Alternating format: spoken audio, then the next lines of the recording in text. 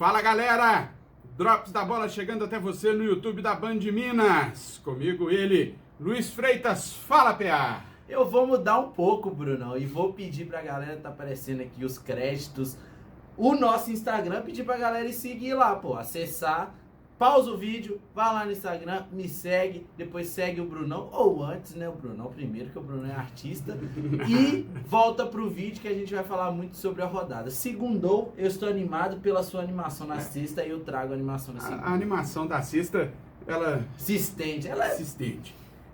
Então, já ouviu, né? Segue lá, LuizHF23, Bruno Morelli, _16, no Instagram, e as redes sociais da Band Minas estão na descrição do vídeo.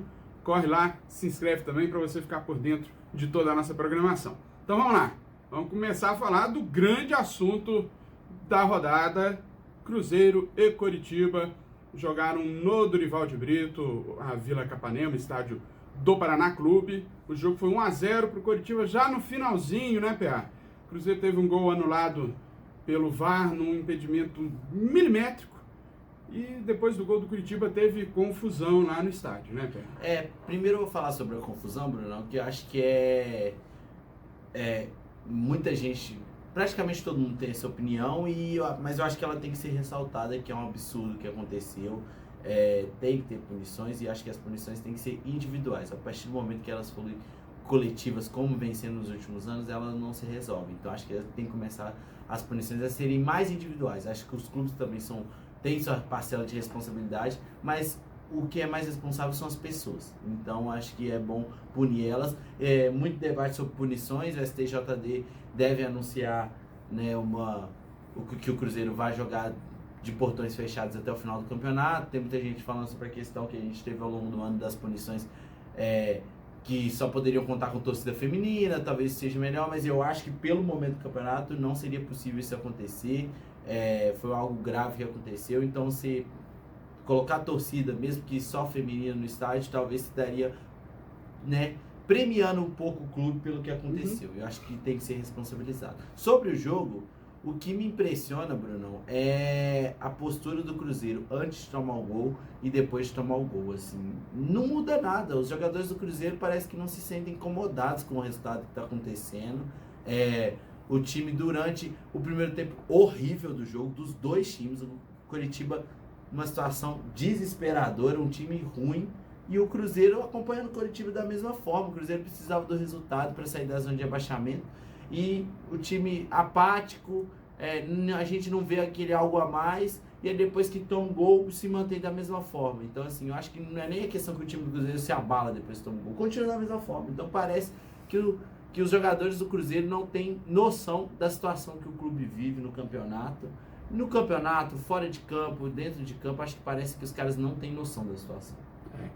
E o Cruzeiro teve a lesão do Lucas Silva. O departamento médico do Cruzeiro já informou que foi confirmado lesão no joelho por exames de imagem e que, a princípio, o jogador não precisará de cirurgia, será feito um tratamento conservador. Isso pode ser uma boa notícia, né? Porque se não vai precisar de cirurgia, pode ser que ele retorne mais rápido, né, o PA? E ele talvez a cabeça pensante do Cruzeiro, né? Talvez não. É o melhor jogador do Cruzeiro na temporada, na minha opinião, é o Lucas Silva. Eu concordo, Bruno. Eu concordo com você que, assim, na temporada eu acho difícil fazer um recorte assim de imediato. Eu vou precisar pensar um pouco, mas dos últimos jogos com certeza. E você falou tudo, né? O cara que vinha, quando o Cruzeiro jogou com 3 volantes, era quem pensava o jogo, né? Quem ali se juntava com o Matheus Pereira para dar lucidez para esse time. E que tinha alguns lapsos de bons momentos, que trazia algumas boas situações dentro de campo Cruzeiro, de jogadas criadas e tal. Eu acho que falta um pouco o Lucas Silva, e ele tá sentindo isso talvez pela questão do ritmo de jogo, ter chegado no Cruzeiro, né, de imediato para jogar. Ele tá sentindo um pouco, ele desarma, ele tem roubado poucas bolas, tem tido dificuldade na marcação, mas com a bola no pé, acho que é inquestionável que ele é o cara que tá dando maior lucidez pro Cruzeiro, e vamos ver se volta, porque se não faz cirurgia, significa que foi menos pior do que a gente imaginava. Então, se não vai fazer cirurgia, então vamos ver quanto que ele volta aí dependendo da situação, eu acho que ele vai tentar fazer um sacrifício para voltar nas últimas rodadas. Então... E continuando ainda no Cruzeiro, o Zé Ricardo caiu, né?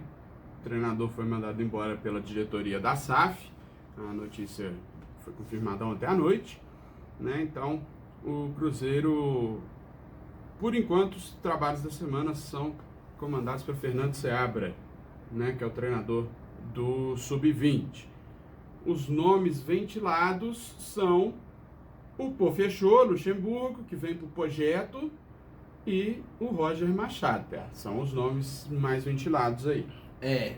Assim, inacreditável o trabalho que a SAF do Cruzeiro fez esse ano. Assim, os caras erraram em praticamente tudo. Filosofia de jogo foi totalmente quebrada. O Cruzeiro agora luta exclusivamente para permanecer na Série A. O Cruzeiro não tem uma filosofia de jogo padrão mais. O Cruzeiro não tem uma ligação forte com a torcida hoje, né? Clube e torcida não tem uma sintonia. O Cruzeiro briga para sobreviver na Série A e aí tentar se organizar a partir do ano que vem novamente. E eu acho que dentre as opções é difícil. Eu vi muitos cruzeirenses criticando o Roger Machado, mas eu não acho o Roger Machado uma opção ruim. A questão é que o Roger Machado pede mais longevidade, ou então trabalhos que tenham algo parecido com ele, para ele aprimorar algumas coisas que ele pensa no estilo de jogo. E o Zé Ricardo não tem um estilo de posse de bola, de valorização da bola, de buscar a melhor situação para finalizar, principalmente aquela finalização certeira ali. Os times do Roger Machado têm muito essa característica de sempre buscar a melhor finalização para marcar os gols. Então o Zé Ricardo não tem isso. O Zé Ricardo é mais muito chutão, muita marcação baixa, questão dos contra-ataques e muito cruzamento na área. O time do Cruzeiro buscava muitas linhas de fundo com ele. Então acho que assim, o Roger Machado teria um pouco de dificuldade também. E o Luxemburgo é aquela coisa de vestiário, né? A gente sempre ressalta de chegar, conversar, vestiário e tentar mudar o Cruzeiro a partir disso. Então, cenas para os próximos capítulos. Vamos ver o que vai acontecer aí na vida do Cruzeiro. Brevemente a gente fala de uma outra coisa que eu acho que talvez foi o maior problema do Cruzeiro nesse final de semana, que foi depender do América. A América perdeu para o Vasco 2-1 lá em São Januário, né, Pé? Mais uma vez o América, né, é contraditório falar que a América jogou como nunca, perdeu como sempre, porque joga constantemente assim, né, razoavelmente bem e perde, mas... Jogou como sempre e perdeu como sempre. Exato. Também, né? Mas aí o jogo como sempre não é uma coisa tão... Mas... O Mastriani, para variar, fez o gol, né? Tentou ajudar ainda o Cruzeiro, mas Sim. O Bahia fez um belíssimo gol de falta. E é aquela coisa que a gente fala da sintonia, né? O Vasco, torcida e time criaram uma sintonia em certa final, porque os torcedores vão para jogar, vão para ajudar o time e quem está em campo vai para ajudar a torcida também, entendeu? Então e tem lembrar aquele que o Vasco teve uma excelente atuação na segunda janela, contratando jogadores para posições carentes.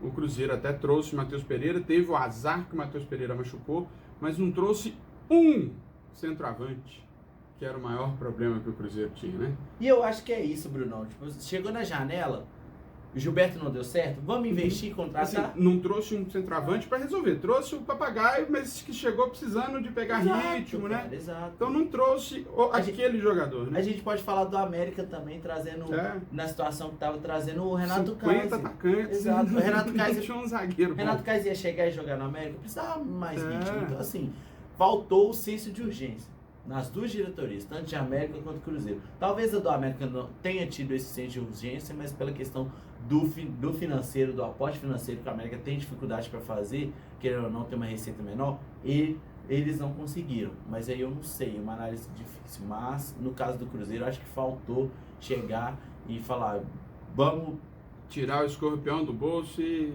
investir num jogador para resolver, né? Pelo menos tirar do time do rebaixamento.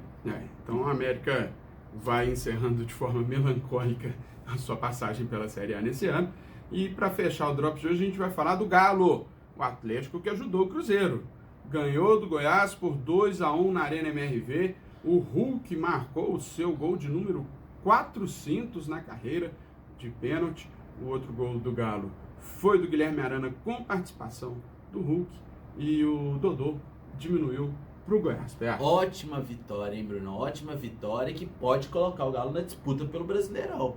E eu acho que o time foi bem. Eu tô vendo muitos comentários sobre o desempenho do time. Eu acho que é um bom desempenho, porque quando você tem um a menos igual a equipe do Filipão Sim. teve com a expulsão do Rabelo, é natural que você se defenda mais e que o adversário que estava desesperado fosse para cima. Então acho que foi o mesmo efeito que teve contra o Corinthians, por exemplo, do Corinthians fazer um gol e recuar, foi do Galo de fazer um gol, ter um jogador a menos e ter que recuar. Assim, então acho que foi um bom desempenho. Eu vi um bom time dentro de campo, um time organizado, um time com as linhas muito compactas, com a bola sabia o que fazer, sabia bem buscar as laterais do campo. Então assim, eu vi um bom time, um bom desempenho que deixa o torcedor atleticano otimista para essa reta final de campeonato. Eu acho que desempenhos à parte, eu acho que o torcedor atleticano tem que juntar, tem que apoiar, independente do Filipão na beira de campo, igual ele sofreu gritos de burro. Acho que e não é a hora. O torcedor tem que juntar, tem que apoiar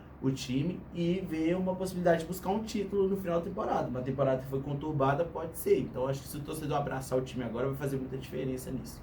E o Galo, inclusive, fez o segundo gol já com um jogador a menos, né? O Igor Rabelo já tinha sido expulso, fazia uma boa partida até então. O Igor Rabelo, o Gemerson entrou bem no lugar dele, fez uma partida correta, e a crítica que eu tenho ao Filipão é que o time com um a menos, ele foi mexer no time depois de novo, aos 40, depois dos 40 do segundo tempo, o time morrendo, os caras correndo muito, o time do Goiás pressionando, e o Filipão só foi mexer depois dos 40.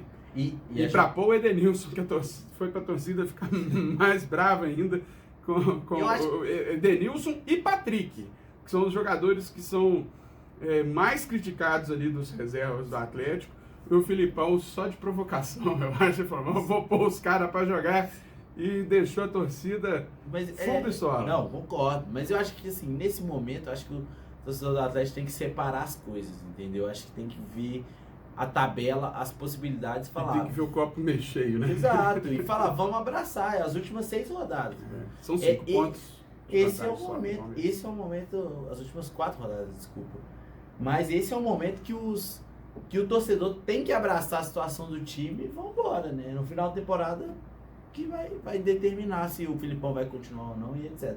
E uma ressalva muito boa, que eu acho importante falar, é a jogada do segundo gol, né? Uma inversão de jogo do Igor Gomes. O Hulk e o Arana, desculpa, fizeram uma boa tabela. Então, assim, é uma jogada pensada, não é nenhuma jogada, né?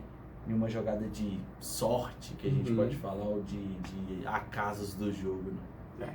Enfim, é isso aí. O Galo entrando de vez na briga pelo título, o Cruzeiro se complicando na briga contra o rebaixamento, mas lembrando que o Cruzeiro tem 2 jogos a menos ainda contra a Fortaleza e o principal deles, o confronto direto com o Vasco. Lembrando que 2 empates nesses 2 jogos já tiram o Cruzeiro da zona de rebaixamento, né? A situação do Cruzeiro é complicada, mas ainda tem salvação, né? Ainda não é um drama desesperador. Não pode se sentir confortável nessa situação. Mas é isso aí. O Drops de hoje termina por aqui. A gente já falou. Vai lá, segue a gente, segue as redes sociais da Band Minas para você acompanhar tudo que rola na nossa programação e ficar bem informado. Obviamente, amanhã a gente volta, né, Pé? Isso aí, aqui, ó. Deixa seu like aqui, ó. Ó o joinha. Pra cima, né, Bruno? Pra cima, a gente fala diz o Wagner Oliveira. Exato. Pra cima. Wagner Oliveira, Renatão, todo mundo aqui na redação fala pra cima. Então, pra cima, deixe seu like, se inscreva no canal e acompanhe para mais notícias sobre os clubes mineiros, não é? É isso aí.